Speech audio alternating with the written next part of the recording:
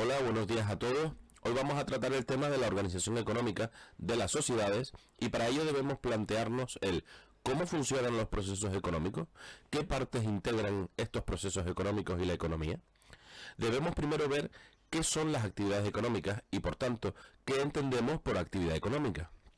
Denominamos actividad económica al conjunto de actividades desarrolladas por los seres humanos para cubrir las diversas necesidades que tienen las personas y las sociedades, ya sea produciendo bienes o prestando servicios. Veremos que en ellas interactúan muchos elementos, como por ejemplo los agentes económicos, empresas, Estado o la población, los mercados y por último los factores de producción, el trabajo, los recursos naturales, el capital, la tecnología. La diferente organización de estos elementos dará pie a la existencia de los sistemas económicos, la forma en que se organizan las economías de cada país. Toda actividad económica incluye tres fases, que son las siguientes. La primera fase es la producción. En esta, las empresas deciden qué bienes producir, en qué cantidad y qué medios usar para lograrlo. En este proceso de producción de bienes se combinan los recursos naturales, la técnica y el trabajo. Hay que recordar que los bienes producidos pueden ser de dos tipos. En primer lugar, los bienes de consumo o finales, aquellos que satisfacen las necesidades de los consumidores directamente, o los bienes de producción o intermedios, siendo estos los materiales, máquinas, herramientas usados para la producción de bienes de consumo. La segunda fase es la comercialización. Es el paso posterior a la producción y son aquellas actividades que acercan los bienes producidos por las empresas a los consumidores finales. Incluye los procesos de almacenamiento, transporte y venta. En las economías más complejas, esta fase puede darse a dos niveles. El primero es la venta al por mayor, donde los mayoristas compran grandes cantidades de productos a los productores, que después venderán a otros comerciantes o a otras empresas. La segunda fase es la venta al detalle, donde los pequeños comercios compran a los mayoristas para posteriormente vender los productos al público. La última fase de este proceso es el consumo, el cual comporta la compra de bienes y servicios que permite por tanto a las personas satisfacer sus necesidades. Esta fase de la actividad económica nos lleva a la siguiente pregunta: ¿qué tipo de consumidores somos?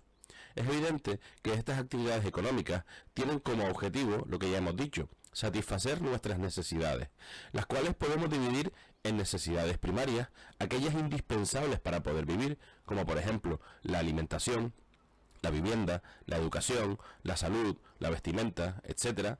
Y las secundarias, que en este caso están destinadas a aumentar nuestro bienestar personal, como por ejemplo el viajar, el ocio, etc. Las necesidades o deseos pueden ser ilimitados, pero los recursos con que satisfacerlas no. Recordemos que los recursos en la naturaleza son limitados.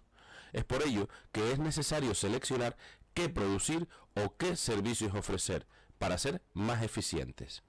Esto nos lleva al concepto de consumismo, que no es otra cosa que el consumo excesivo, por encima de nuestras necesidades, al querer comprar más productos o servicios de forma masiva. Cuando esto se vuelve una generalización, siendo lo que ocurre en los países desarrollados, hablamos de una sociedad de consumo, sociedades que llegan a poner en riesgo el medio ambiente y complicando el futuro de las siguientes generaciones. Es por ello que debemos convertirnos en consumidores responsables, creando pautas de consumo concienciadas con el medio ambiente, con nuestras necesidades reales y con el trato justo a los productores de bienes y servicios. Pasamos ahora a los factores de producción, necesarios estos para que toda actividad económica se pueda generar. Comenzamos con los recursos naturales. Ya dijimos antes que la naturaleza nos ofrece elementos, las materias primas, que aprovechamos y transformamos, consiguiendo satisfacer nuestras necesidades. Son los llamados recursos naturales, como el agua, la fauna, los bosques y los minerales. Estos son limitados y se pueden agotar, por lo que debemos evitar su sobreexplotación. El siguiente elemento del que hablaremos es el trabajo. Definimos trabajo como toda actividad humana, ya sea física o intelectual, útil para producir bienes o suministrar servicios. Es un sector en transformación debido a la robotización del mismo, aunque hoy en día sigue siendo necesario la presencia humana. El tercer factor o el tercer elemento de la producción es el capital, el dinero. Es necesario, por tanto, disponer de dinero y podemos distinguir dos tipos. En primer lugar, el capital físico, todos aquellos elementos materiales como un terreno para donde edificar una fábrica, las instalaciones y la maquinaria de la misma. El segundo es el capital financiero, básicamente el dinero en efectivo, los préstamos que podamos pedir al banco. Por último, el último elemento es la tecnología y el conocimiento. En el mundo actual, la tecnología es la piedra sobre la que edificar toda actividad económica. Recordemos que ya hablamos antes de la robotización de la economía. Es por ello que los conocimientos y habilidades que se adquieran y que hacen posible el diseño, construcción y uso de maquinaria o de nuevas tecnologías aplicadas a los procesos económicos, hoy en día nos permitirán conseguir ventajas frente a los competidores en el mercado. Una economía moderna y competitiva exige una mano de obra cualificada, así como también investigación, lo que se conoce como I+D+I. Normalmente distinguimos tres grandes tipos de producción según la tecnología aplicada. En primer lugar, la producción manual, en segundo lugar, la producción mecanizada y en tercer lugar, la producción tecnificada. Pasamos ahora a hablar de los agentes económicos. En este elemento vamos a distinguir tres agentes económicos. En primer lugar, las personas, que son las que desarrollan el papel del consumidor, comprando bienes o servicios para satisfacer sus necesidades. En segundo lugar, las empresas, siendo las unidades económicas básicas de producción y de distribución, mediante el trabajo y el capital. Son las que fabrican y distribuyen los bienes que piden los consumidores. Por último, el Estado, que realiza actividades económicas con los impuestos, además de ser el encargado de establecer el marco legal que regula la actividad económica privada. A continuación vamos a estudiar los sectores económicos. Recordemos que tradicionalmente se han dividido en tres sectores, pero nosotros lo haremos en cuatro sectores. Comenzamos con el sector primario. Son las actividades destinadas a obtener alimentos y o materias primas del medio natural. Actividades como la agricultura, la ganadería, la pesca y la explotación forestal. No podemos dejar de nombrar a la minería en este sector, ya que se encarga de obtener minerales, pero es una actividad económica muy ligada a la industria, que se suele encuadrar en el sector secundario. Continuamos pues por el sector secundario, sector encargado de todas aquellas actividades que transforman las materias primas obtenidas por el sector primario en productos semi-elaborados o elaborados. Destacan la industria, la construcción, recordemos aquí otra vez la minería y la explotación de fuentes de energía, agua, petróleo, gas, etc. El siguiente sector es el sector terciario. Es el sector económico que no produce bienes materiales, sino que presta servicios a la población o a otras empresas. Destacan el comercio, el transporte, la sanidad, la educación, el turismo. Su enorme crecimiento en los países desarrollados ha sido gracias a la aparición y expansión de la sociedad de la información, hasta el punto de que se habla de la revolución del sector terciario o terciarización de las economías desarrolladas. Por último está el sector cuaternario. Hoy en día se diferencia este nuevo sector. Es el que incluye aquellas actividades relacionadas con la gestión y distribución de la información, así como las actividades de investigación e innovación económica, social y cultural. Es un sector basado en el conocimiento, por lo que requiere una mano de obra muy cualificada. Proseguimos exponiendo qué son los sistemas económicos. Todas las sociedades se organizan para dar respuesta a las siguientes preguntas: ¿qué producir? ¿Cómo producir? ¿Para quién producir? Nacen así los sistemas económicos, formas de organización de toda actividad económica. El primero del que hablaremos es el sistema de subsistencia.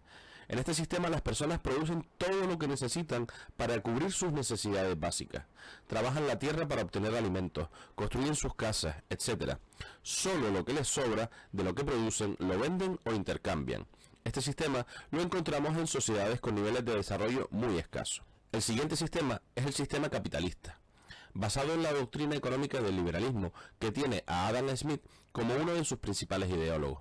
Este sistema nace tras la Revolución Industrial. En él se defiende la libre competencia entre individuos y empresas para desarrollar cualquier actividad económica. Se le conoce por ello como de libre mercado. Se basa en la ley de la oferta y la demanda. Los medios de producción, en este caso, son de propiedad privada y el Estado no interviene. El siguiente es el sistema de economía planificada, que tiene como base ideológica al marxismo, siendo Karl Marx su ideólogo. Comienza a aplicarse en algunos países tras la Revolución Rusa. En él no se reconoce la propiedad privada de los medios de producción, ya que su propiedad es del Estado, siendo este mismo Estado el que controla todos los aspectos de la economía.